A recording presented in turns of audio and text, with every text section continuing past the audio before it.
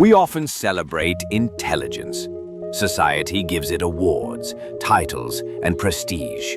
But there's a truth behind the curtain that almost no one talks about.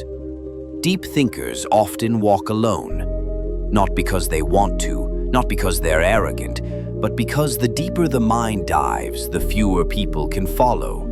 When you start thinking deeply about life, society, meaning, you slowly begin to detach. You notice patterns others ignore. You sense manipulation in conversations. You detect emptiness in routines. And slowly, what once felt normal starts to feel fake. The world becomes loud, not because it has more to say, but because your mind becomes more sensitive to noise that carries no truth. You sit at a table surrounded by people and wonder, why does none of this feel real? Laughter echoes, small talk floats, but your mind isn't there. It's somewhere between philosophy and reality, drifting between ancient wisdom and modern confusion. This creates a silent gap between you and the world. Not a wall, but a distance, a subtle disconnection. And that's the part no one prepares you for. They teach you how to learn, how to think critically, but they never teach you how to cope with the loneliness that comes with deep awareness.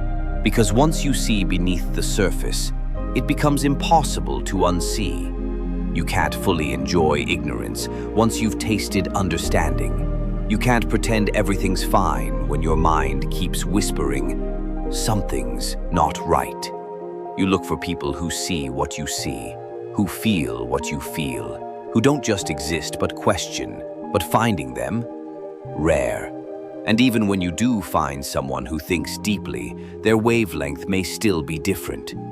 Deep minds don't always think the same, they just think deeper. So you hide parts of yourself, not because you're fake, but because you're tired of explaining your depth to those who fear drowning. You begin to master the art of social camouflage. You smile when expected, nod when appropriate, but inside, you're in an entirely different dialogue. They call you serious, too quiet, too intense. But the truth is, you're listening, observing, processing. Because while others chase noise, you search for signal. You're not broken. You're not antisocial. You're not too much. You're tuned differently. You're the kind of person who looks at the stars and wonders where silence ends and eternity begins. The kind of person who hears a question and finds 10 more beneath it. You crave solitude, not to escape, but to think, to breathe, to just be. And in those quiet moments, your mind travels far. You revisit memories, dissect thoughts, explore philosophies that most never touch. You wonder about the fate of the world, the nature of the soul, the weight of being awake in a world that begs for distraction. So, if you feel distant sometimes, even in a crowd, it's okay. You're not alone in feeling alone. You're one of the few trying to stay awake in a world that's half asleep. And that is something to be proud of. Because while many float on the surface, you're exploring the depths.